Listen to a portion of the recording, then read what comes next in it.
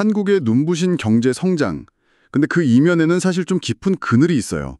바로 교육 문제입니다. 네, 교육 문제 정말 심각하죠. 이게 전 세계에서 우리 학생들이 가장 불행하다고 느낀다는 거, 그리고 매년 200명이 넘는 청소년들이 스스로 목숨을 끊고, 작년 2023년 한 해에만 6,400건이 넘는 자해 시도가 있었다는 통계. 이건 정말 충격적인 숫자죠. 네, 더 이상 외면할 수 없는 우리 사회의 진짜 아픈 모습입니다. 오늘 이 문제 속으로 한번 깊이 들어가 보려고 합니다. 네, 그래서 오늘은 보내주신 그 자료들, 특히 중앙대 김누리 교수님하고 메가스터디 손준 회장님, 강연이나 인터뷰, 이런 다양한 자료들을 좀 바탕으로 해서요. 한국 교육 시스템의 문제가 과연 뭔지, 그 뿌리는 또 어디에 있는지, 그리고 대안은 없는 건지, 이런 것들을 좀 심층적으로 함께 이야기 나눠보겠습니다. 이게 단순히 학교 안의 문제, 학생들만의 문제가 아니잖아요. 그럼요. 우리 사회 구성원 거의 모두의 삶에 영향을 미치고 또 경쟁이나 성공, 행복에 대한 우리 각자의 생각에도 알게 모르게 다 연결되어 있을 겁니다. 우리 사회를 움직이는 이 거대한 시스템, 교육에 대해 오늘 좀 자세히 들여다보시죠. 네, 좋습니다. 자, 그럼 한국 교육하면 딱 떠오르는 단어. 역시 경쟁이죠. 그렇죠. 경쟁 빼놓고는 얘기가 안 되죠. 김누리 교수님 자료 보니까 성적 이꼴 존재 가치 이런 등식이 성립한다고 지적하시더라고요. 이게 아이들을 정말 극한의 스트레스랑 불안 속으로 몰아넣고 있다는 건데요. 나라 전체는 막 성장했다는데 왜 우리 아이들은 이렇게 행복하지 못한 걸까요? 보여주는 거죠. 연간 200명 이상의 10대 자살, 6,400건 넘는 자해 시도. 김누리 교수님은 이 시스템이 아이들을 정말 말 그대로 병들게 하고 망가뜨리고 있다. 이렇게 아주 강하게 비판하세요. 시스템이 아이들을 망가뜨린다. 네. 그리고 더 중요한 건 이게 그냥 아이들 개인의 아픔으로 끝나는 게 아니라는 거예요. 사회 전체의 건강성까지 심각하게 해치는 아주 근본적인 원인이 될 수 있다는 분석입니다. 어떻게 보면 경쟁에 너무 지친 사회가 보내는 위험 신호일 수도 있고요. 근데 참 아이러니한 게 이렇게 박터지게 경쟁하는데 이게 꼭 창의적이거나 비판적 사고 능력이 뛰어난 인재를 길러내는 건 또 아니라는 거잖아요. 맞아요. 그게 또 문제죠. 김누리 교수님은 문제풀이 기계가 돼서 정작 책 한 권 제대로 읽을 시간도 없고 종합적으로 생각하는 능력은 오히려 떨어진다고 지적하세요. 심지어 우리가 소위 성공했다고 하는 스카이 대학 간 학생들이 역설적으로 이런 비정상적인 교육 시스템에 가장 잘 적응한 결과일 수 있다. 이런 분석까지 내놓으시더라고요. 이게 참... 그게 바로 지적 능력의 역설이라고 할 수 있겠네요. 네, 그런 것 같아요. 바로 그 지점에서 이제 손주원 회장님의 통찰하고 좀 연결해 볼 수 있을 것 같아요. 손 회장님은 미래사회, 특히 4차 산업혁명 시대에는 과거처럼 막 암기하고 정답 찾는 능력보다는 창의성이나 문제 해결 능력, 협업 능력 이런 게 훨씬 중요해진다고 강조하시거든요. 미래 인재상은 다르다. 그렇죠. 근데 김누리 교수님이 비판하시는 지금 이 시스템이 길러내는 인재상이 과연 손준 회장님이 말하는 미래 사회가 필요로 하는 인재상하고 얼마나 맞을까 좀 의문이 드는 거죠. 어쩌면 지금 시스템에 가장 잘 적응했다는 게 나중에는 오히려 발목을 잡을 수도 있다. 이런 경고로도 읽힙니다. 그렇다면 이 시스템 도대체 어디서부터 시작된 걸까요? 김누리 교수님은 근대 교육의 뿌리 자체를 좀 파고들면서 분석하시던데요. 네, 맞아요. 그게 태생적으로 자본주의의 필요에 의해서 설계된 측면이 강하다는 거죠. 자본주의의 필요요? 네. 그러니까 산업사회가 필요로 하는 그런 순종적인 노동자들, 그리고 또 시스템을 효율적으로 관리할 소수의 엘리트, 독일어 개념을 빌리자면 빌둥스뷰르거, 즉 교양 시민 계층이라고 하죠. 이런 사람들을 양성하는 데 초점이 맞춰져 있었다는 겁니다. 빌둥스뷰르거, 좀 더 설명해 주실 수 있나요?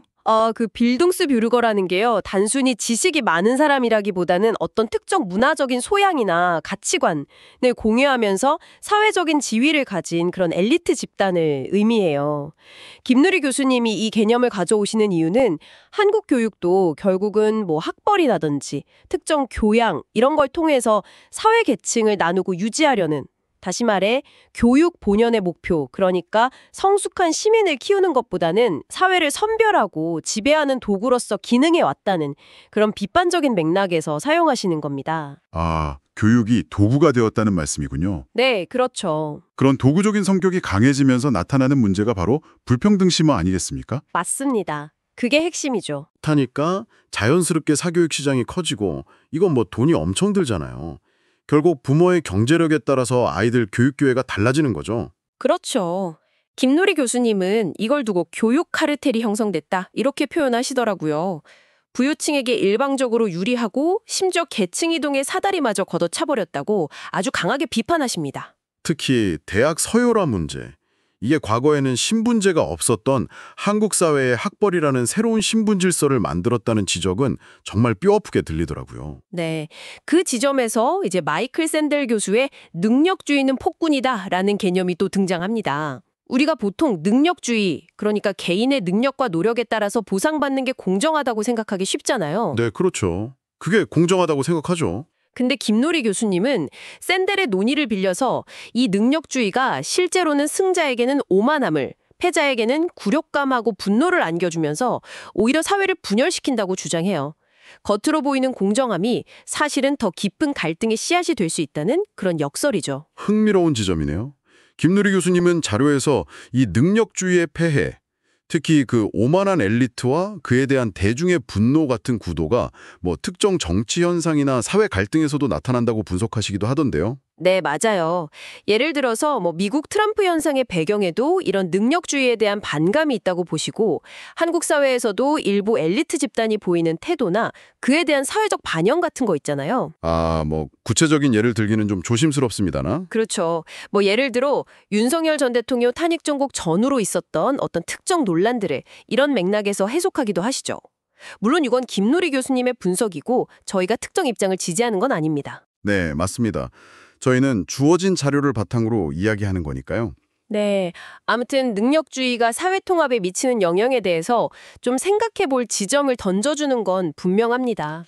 그렇다면 이 답답한 현실, 이 굴레를 벗어날 대안은 없을까요? 김누리 교수님은 독일 교육 시스템에서 좀 희망을 찾으시는 것 같던데요. 네, 맞아요. 교수님이 직접 경험하고 연구하신 독일 교육에서 많은 영감을 받으신 것 같아요. 특히 1970년대 독일 교육개혁 당시에 내걸었던 핵심 구호가 경쟁 교육은 야만이다, 콘커런스 치웅이스트 바바리시 였다는 거, 이거 자체가 우리한테는 정말 충격적이죠. 경쟁 교육이 야만이라니. 와, 정말 상상하기 힘든데요. 구체적으로 독일 시스템은 어떻게 다른 건가요? 핵심적인 차이점들을 좀 짚어보면요.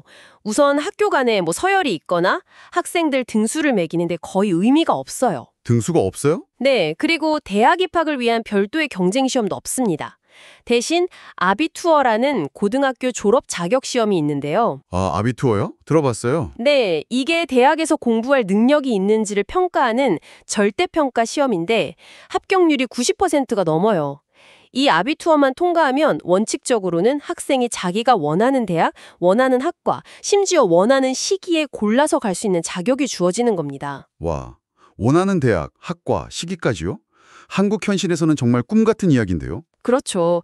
거기다가 대학 등록금은 기본적으로 무료고요. 네, 등록금이 무료요? 네, 심지어 저소득층 학생들한테는 밥팩이라고 해서 학업이나 생활비 지원금까지 나와요.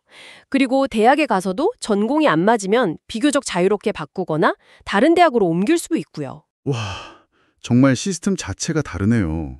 그리고 교육 내용 면에서 굉장히 강조하는 게 바로 비판 교육, 크리티셰 페다고기입니다. 비판 교육이요? 네, 이건 단순히 교과 지식을 막 외우는 게 아니라 학생들이 사회의 어떤 기존 질서나 통념에 대해서 스스로 질문하고 권력관계를 분석하고 좀 주체적으로 사고하는 능력을 기르는데 초점을 맞추는 교육 방식이에요. 종합해보면 점수 경쟁보다는 학생 개개인의 성장, 자율성, 그리고 비판적 시민의식을 중요하게 생각하는 시스템이군요. 정확합니다. 김누리 교수님이 독일은 최소 10번의 기회가 주어지는 텐처스 사회, 한국은 단 한 번의 기회뿐인 원샷 사회라고 비교하신 이유를 알 것 같습니다. 네. 그래서 독일 교육의 궁극적인 목표는 학생들이 시험 점수에 막 목매는 대신에 자기가 진짜로 좋아하고 흥미를 느끼는 분야를 찾아서 그 내적 동기를 가지고 깊이 파고들도록 돕는 데 있는 거죠. 김누리 교수님이 독일 대학 도서관은 밤늦게까지 공부하는 학생들로 가득한데 한국 대학생들은 등록금 벌고 생활비 벌려고 아르바이트 현장에 있다는 현실을 비교하면서 되게 안타까워하셨어요. 근데 흥미로운 건 이런 내적 동기의 중요성은 입시교육 시장의 대표주자라고 할 수 있는 손준원 회장님도 여러 차례 강조했던 부분이잖아요. 맞아요. 그게 참 재미있는 지점이죠. 스스로 좋아하고 잘하는 일을 찾는 게 결국 장기적인 성공과 행복의 열쇠다. 이런 메시지는 김누리 교수님의 독일 교육 분석하고도 딱 맞닿는 지점이 있는 것 같아요. 네, 그렇죠. 특히 시대 변화라는 더 큰 맥락에서 보면 더욱 그렇습니다. 손준은 회장님은 세상이 이제 1차, 2차, 3차 산업혁명 시대에 그 표준화된 지식 암기, 그러니까 빠른 추격자 모델에서 벗어나고 있다고 보세요. 아, 이제는 다른 시대다. 네. 4차 산업혁명 시대에는 창의성, 그리고 최초 발의자로서의 역량, 디지털 전환에 대한 적응력, 이런 게 핵심이 되는 시대로 급격하게 바뀌고 있다는 거죠. 소위 네카라 쿠베당토라고 불리는 플랫폼 기업들이 막 뜨면서 전통적인 명문대 위상마저 흔들리고 있고요. 그런데 한국 교육은 여전히 과거 모델에 머물러 있다는 비판이 많잖아요. 아직도 명문대, 특히 의대 쏠림 현상 이런 거 보면 이 변화의 흐름에 제대로 따라가지 못하고 있는 거 아닌가 하는 생각도 들고요. 맞아요. 그게 문제죠. 손준 회장님은 이 변화에 대해서 교육계가 어떻게 대응해야 한다고 보시나요? 손 회장님은 일단 AI 기술이 교육 분야에 정말 혁명적인 변화를 가져올 수 있다고 보세요.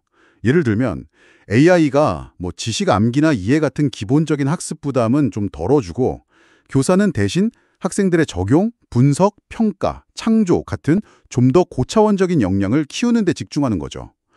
하이테크, 하이터치 모델이라고 표현하시기도 하고요. 기술을 활용하되 인간적인 접촉은 더 강화한다. 네, 그런 개념이죠. 하지만 동시에 기술 만능주의는 경계하세요. 기술만으로 모든 게 해결되지는 않는다는 거죠. 어떤 점에서요? 손 회장님은 본인 경험을 예로 드시면서 할머니가 보여주셨던 그런 무조건적인 믿음과 사랑, 이걸 할머니의 교육이라고 표현하시던데 그런 근본적인 정서적 지지나 가정교육의 역할이 흔들리면 아무리 뛰어난 기술이라도 소용없다고 말씀하세요. 결국 기본이 중요하다는 거네요. 맞습니다. 학생 스스로 배우려는 의지, 즉 내적 동기하고 삶에 대한 긍정적인 태도, 그리고 부모님의 지지, 이게 무엇보다 중요하다는 기본으로 돌아가자, back to the basics라는 메시지를 강하게 던지십니다. 어쩌면 가장 아날로그적인 가치가 미래 교육의 핵심일 수도 있다는 그런 역설적인 이야기죠. 기술 발전 속에서 오히려 근본적인 인간 가치를 다시 생각하게 하는 지점이네요. 한편 김누리 교수님은 한국 교육 문제의 뿌리를 좀 더 깊은 역사적 맥락, 특히 독일과의 비교를 통해서 찾으시잖아요. 네, 그렇죠. 김누리 교수님은 독일이 2차 세계대전 후에 나치즘이라는 정말 뼈아픈 과거를 철저히 반성하고 청산하는 과정, 그걸 과거 극복, 뻐강한 하이츠 베벨티궁이라고 하죠. 그 과정을 거쳤고 그 결과가 교육을 포함해서 사회 시스템 전반에 깊이 뿌리 내렸다고 평가하세요. 아까 말한 경쟁 교육은 야만이라는 구호도 사실 이런 역사적 성찰의 결과물이라는 거고요. 과거 청산이 교육에도 영향을 미쳤다. 그쵸. 반면에 한국은 식민지배나 군부 독재 같은 불행한 현대사를 제대로 청산하지 못했기 때문에 그 권위주의적인 잔재가 여전히 사회 곳곳, 특히 교육 시스템하고 엘리트들의 의식 속에 남아있다고 비판하시는 겁니다. 그 권위주의적 잔재를 김누리 교수님은 후기 파시즘이라는 용어로 표현하기도 하시던데요. 좀 더 설명해 주실 수 있나요? 네, 김누리 교수님이 말씀하시는 그 후기 파시즘이라는 건 노골적인 독재 체제는 아니더라도 파시즘의 핵심 원리라고 할 수 있는 경쟁, 우열, 지배의 논리가 사회 구성원들의 내면이나 시스템 속에 아주 깊숙이 스며들어서 작동하는 상태를 의미해요. 한국의 교실이야말로 이런 서열화와 승자 독식의 논리가 가장 첨예하게 작동하는 공간이라고 지적하시죠. 교실이 후기 파시즘적 공간이다. 상당히 강한 표현이네요. 네, 그렇죠. 이런 문제의식 때문에 김누리 교수님은 대학 입시, 대학 서열, 대학 등록금을 전부 다 폐지하자는 산무정책이라는 어떻게 보면 굉장히 급진적이지만 또 근본적인 개혁안을 제시하시는 겁니다. 현재 시스템의 뿌리 자체를 바꿔야 한다는 그런 절박함의 표현이라고 봐야겠죠. 오늘 정말 많은 이야기가 오갔습니다. 좀 정리를 해보면 한국 교육은 과거에는 경제 성장의 동력이었을지 몰라도 현재는 학생들을 너무 극심한 경쟁과 불행 속으로 내몰고 또 사회적 불평등을 심화시키고 미래 사회가 요구하는 역량을 키우는데도 좀 한계를 보이고 있다. 이렇게 볼 수 있겠네요. 네, 맞습니다. 반면에 경쟁 대신에 협력이나 개인의 자율성, 비판적 사고를 중시하는 독일 모델은 우리에게 좀 많은 질문을 던져주는 것 같고요. 이 문제는 단순히 교육 정책 하나 바꾼다고 해결될 문제가 아닌 것 같아요. 개인의 행복 추구권, 사회 정의 실현, 민주주의의 성숙도하고 다 직결되는 문제고요. 더 나아가서 김누리 교수님이 지적하시는 것처럼 심각한 저출산 문제하고도 깊이 연결돼서 국가의 지속 가능성까지 위협하는 정말 중대한 사안입니다. 이 지옥 같은 경쟁 속에 내 아이를 밀어넣을 자신이 없다. 한 대학원생의 말이라고 하셨죠? 네, 그 말이 참 많은 걸 생각하게 하죠. 결코 개인적인 푸념으로만 들을 수 없는 우리 사회 전체의 고통을 대변하는 목소리일 겁니다. 손주은 회장님이 말씀하시는 것처럼 세상은 정말 빠르게 변하고 있습니다. 이런 시대에 우리 다음 세대에게 성공이란 과연 무엇을 의미할까요? 교육은 좋은 대학 간판이나 미래의 경제적 보상, 이런 걸 넘어서 어떤 본질적인 역할을 해야 할까요? 만약 김누리 교수님의 말처럼 경쟁이 야만이라면 지금 우리가 발딛고 있는 이 시스템 안에서도요, 손주은 회장님이 강조하는 내적 동기나 할머니의 교육 같은 그런 지지처럼 조금이라도 경쟁의 압박에서 벗어나서 협력과 비판적 사고, 그리고 무엇보다 아이들의 행복을 키워줄 수 있는 작은 실천들은 없을까요? 이런 질문들을 청취자 여러분 마음속에 남겨두면서 오늘 깊이 있는 대화는 여기서 마무리할까 합니다.